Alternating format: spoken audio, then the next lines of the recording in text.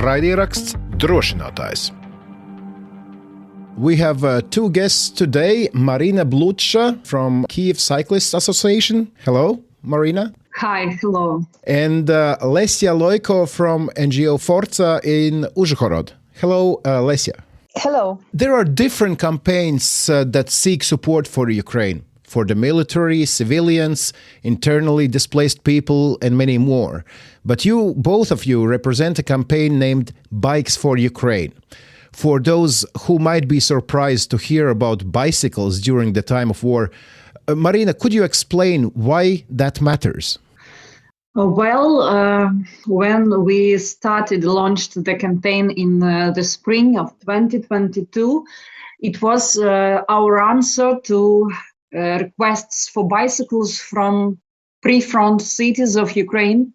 In that time, they needed the bicycles for better mobility because, for example, in Kharkiv in the spring 2022, people go for humanitarian aid for 15 kilometers because Kharkiv is a great city.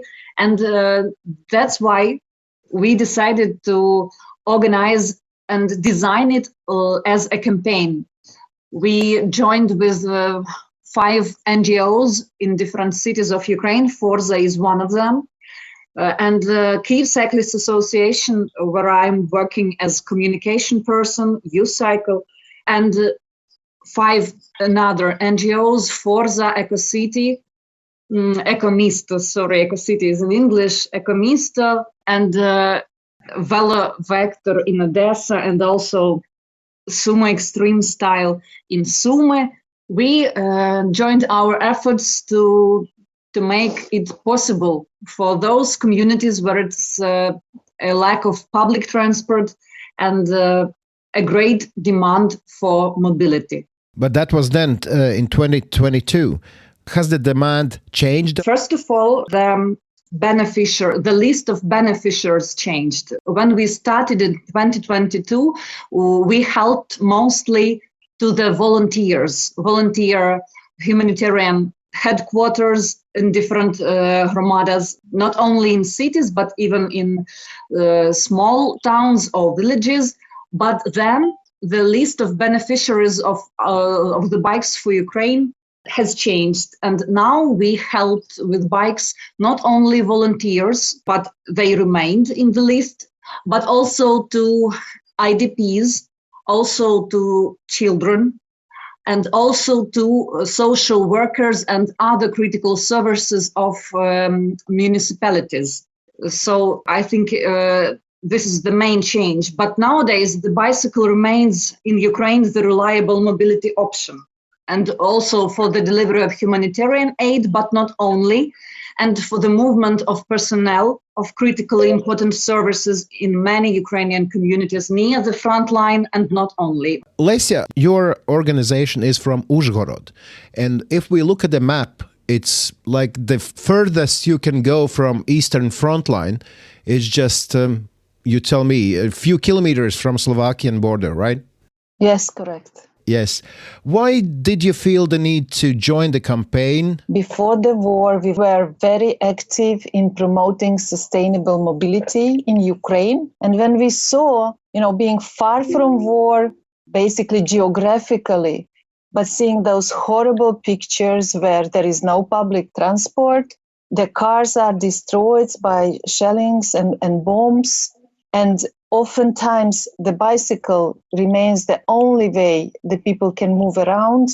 We saw that we need to do something about this. So we joined the campaign, and actually I may add to what Marina said, that our kind of missions or our inputs to the campaign are a bit different. So we saw our role as Forza in bringing the word about the campaign to our European partners, to those whom we call ambassadors, yes, to those who can donate bicycles. For us, it was to go to speak to people. We participated in various mobility events, and to show how important is a bicycle to Ukraine, to people who cannot move around their communities in other ways than cycling. I imagine that being so far from the front line and being so close to European Union country, you have quite many internally displaced people. Is that correct? And if in that case, do you also help them out with bicycles and stuff like that? That's a great question. And this was the point you mentioned. Who are the receivers, of these bikes was several times discussed within the campaign participants. And we definitely decided that our main is the towns, cities, villages that are close to the front line, those that were liberated and those that suffered from war most. Sure, we have a lot of people here in Uzhhorod and Zakarpattia, the region where I live, that moved, that are war escapers. Yes, they moved from the very east or south of our country here to west, and they receive support here from other sources. And for us, the main target geographically was the east and south of the country. I read in the webpage of your campaign that so it is made to increase the mobility of Ukrainian volunteers, critically important communal services, medical staff, and make humanitarian help accessible. How successful have you been with this campaign so far? If you see the landing page of Bikes for Ukraine campaign at the website of U-Cycle, you can see the map of Ukraine with the quantity of bikes which we delivered to different oblasts. We call it in Ukraine oblasts, but in English regions of Ukraine. And you can see that, for example, in Zakarpattia, we have sent only 5 bikes.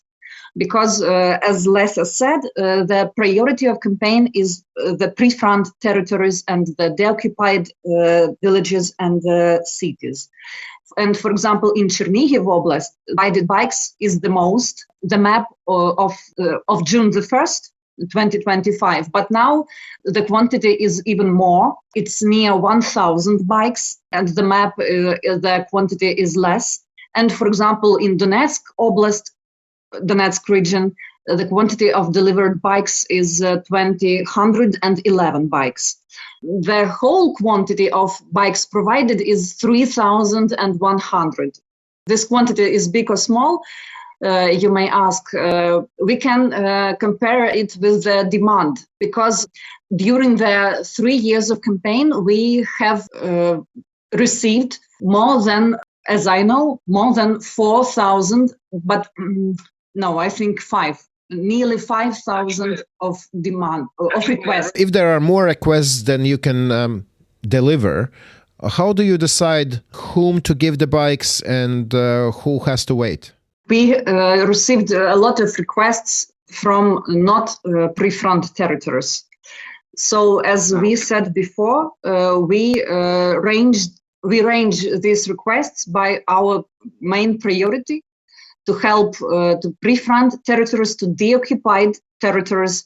And sometimes, in the sake of easier logistics, the requests from, how it would say, we have no safe regions in Ukraine during the war, but the requests from safe regions can take a higher priority because of simple logistics. For example, if the bikes which we from European Union, for example, at first went to Lviv and then to Kyiv. That's why sometimes, as you can see at the map, sometimes Western regions also can take these bikes, but as also maps illustrates, the greater amount of bikes went to the eastern Ukraine and the central, because Kyiv region was also partly occupied in the 2022.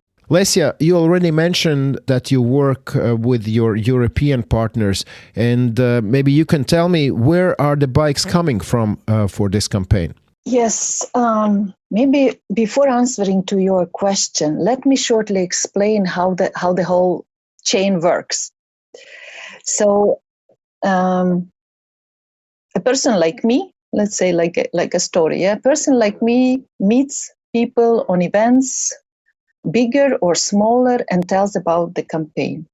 Another person who hears the stories and see that it's a great impact with relatively small input, decides that he or she wants to help this campaign in Ukraine, and then starts to collect bikes. On one hand, it sounds simple, but on the other hand, it's a lot of efforts. So the person who was inspired by Bikes for Ukraine connects or goes for an advertisement, other people who potentially can bring bikes and donate for Ukrainians. Then this person needs to find a place where to store the bikes until a certain amount is gathered. Next step, when let's say enough bikes, either it's 20 or 200 are gathered, we need to look for logistics. These bicycles needs to be transported to Ukraine, and this is not an easy task. I think it's even more difficult task than to gather the bikes. Then when the bikes come to Ukraine, they have to, cross the border with certain documents. They shall also be stored for certain time somewhere. And when they are stored, and even before, we are very thankful for those who repair the bikes, who make maintenance before sending them. But still, when they come to us, to certain place like Lviv or Kyiv, these bikes are again checked and repaired, because the end users oftentimes are simple people. They don't have too much knowledge how to maintain a bike, just maybe some basic things. And then when the bikes are collected in certain warehouse in Ukraine, then we find ways to deliver, like last mile delivery to the end users. So this whole chain really needs a lot of efforts and a goodwill, because not always everything goes smoothly without starting the cars, especially it was the case at the beginning. Now going to your question, where and where from? We have more than 90 ambassadors, and basically the map where from we receive the bikes is covers, let's say, the whole European Union. We got bikes from DG Move from Brussels. We got bikes from Poland. We got bikes from Norway. We get bikes from Netherlands. We got a donation from a private person of €1,000 from Slovenia, and we bought 5 new bikes. So really, I don't want now to omit mentioning somebody who is equally important. And also, I shall say that we've got quite a big number of bikes from the campaign in Lithuania that was initiated by Ministry of Transport and Communication of Republic of Lithuania. And, this goodwill to help is very much inspiring and supporting us in the days and times when, the mood goes down because of the shellings and missiles, heavy nights. And then we see that somebody is contacting us, and it makes us, again, gives us forces to continue. Right.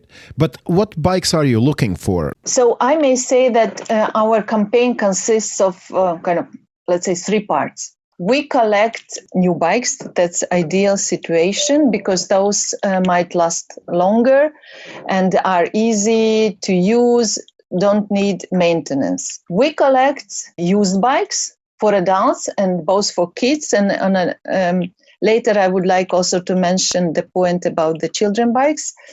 That are used, but preferably repaired and ready to be used. We have spare parts here in Ukraine. We can make small repairs, but we don't want to get some scrap stuff that is not possible to use. So that's the second point.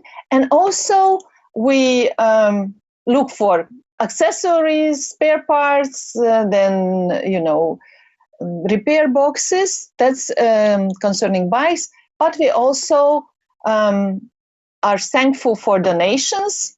And to mention, we use the donations to cover the logistics needs. Sometimes we need to buy the fuel for the transportation. And also at the beginning, we have got for a long time the warehouses for free. But nowadays, no story can last ever. So we need to pay some small, very moderate and very fair amount, but for the warehouses, which also makes us sure that, the bikes are safe where they are stored. And is there a minimum amount of bikes that is reasonable to send to you? It depends on the distance. Farther is the distance, bigger amount is more economically smart to transfer because of fuel cost and also the use of these bigger cars. But we also had last week or 2 weeks ago, we had a delivery from a nearby Slovakia. You mentioned that Uzhhorod is on the border with Slovakia, which is very correct. So from the city of Košice, there was a delivery of approximately 25 bikes. But it was, 100 kilometers just like that to the border. So it was worth to go and pick up those bikes and then also deliver them further to Lviv. And further. So it depends. It's also, as I mentioned previously, a big effort is on finding the transportation.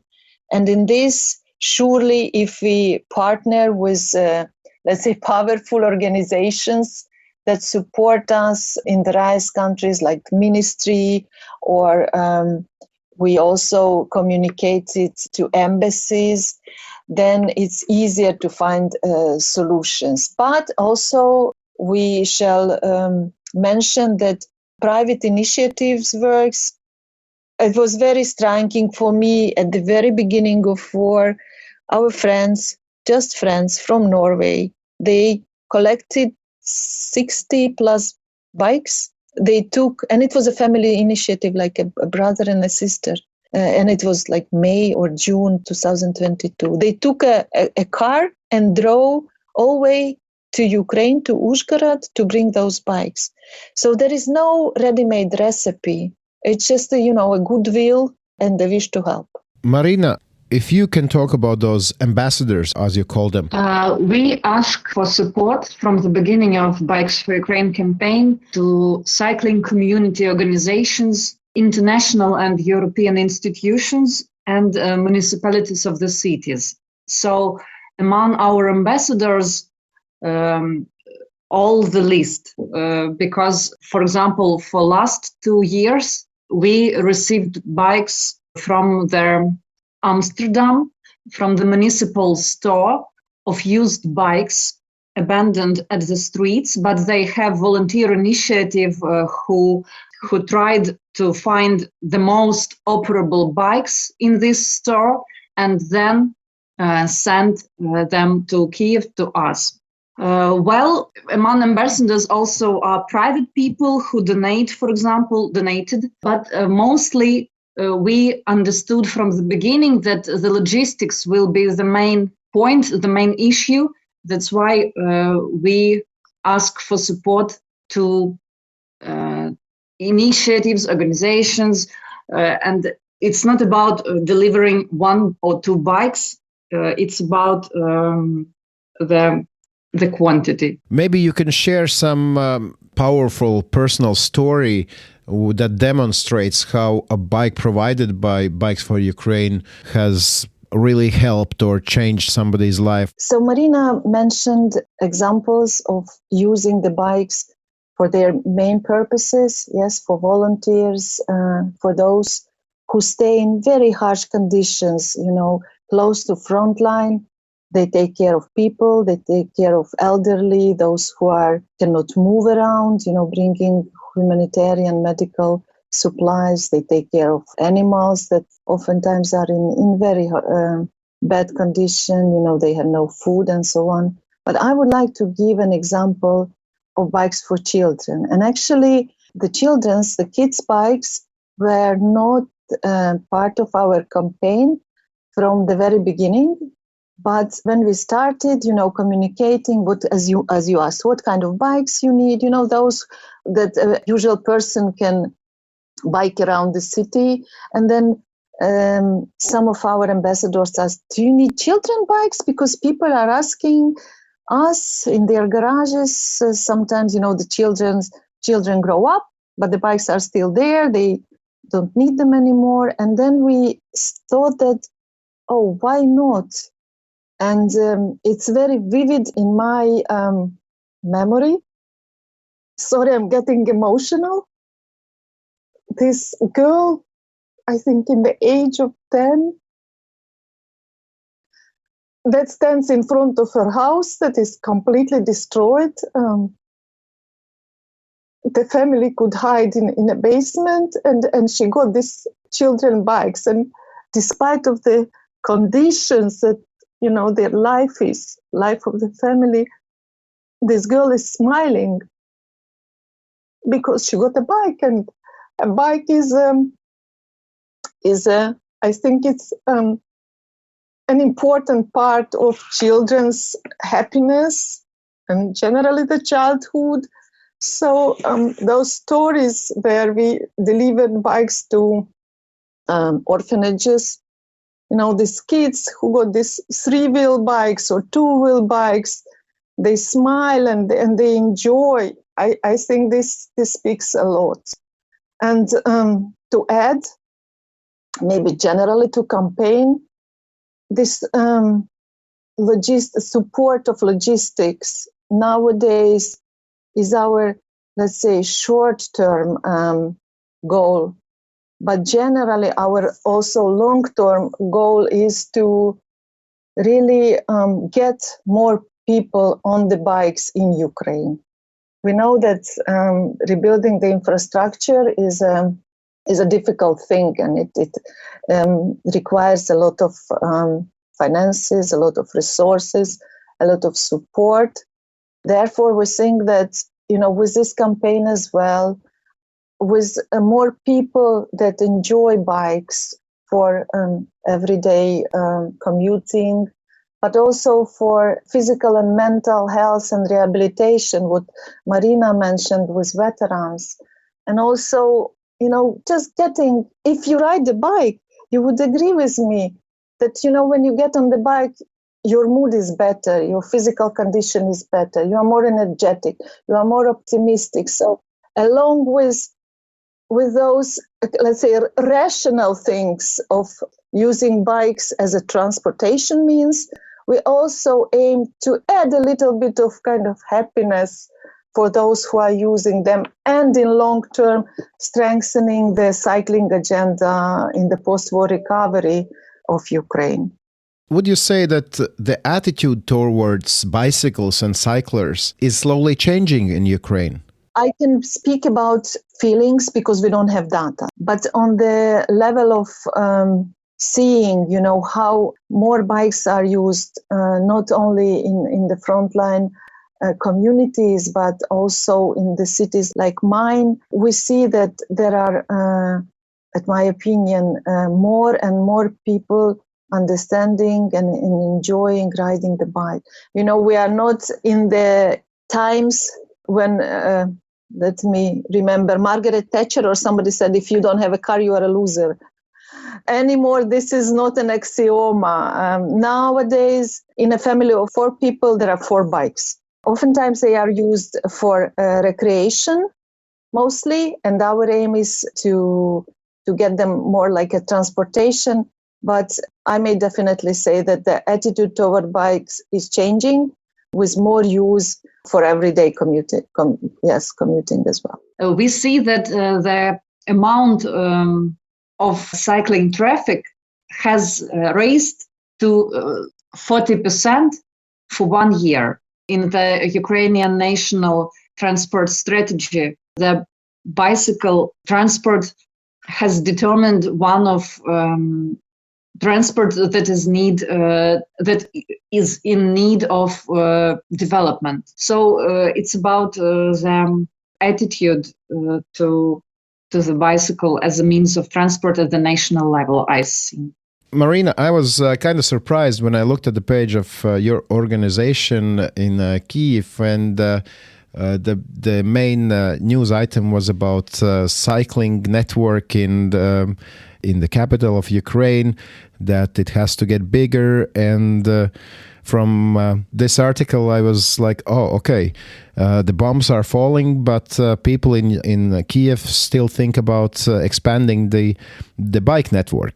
Yes, still during the war, the cycling advocacy is alive, and I'm glad that it is, because it's about more comfortable and safer cities, not only for cyclists, but also for other people, because the cycling infrastructure is about access, and it's about better life conditions, but more people-friendly, frankly speaking, city.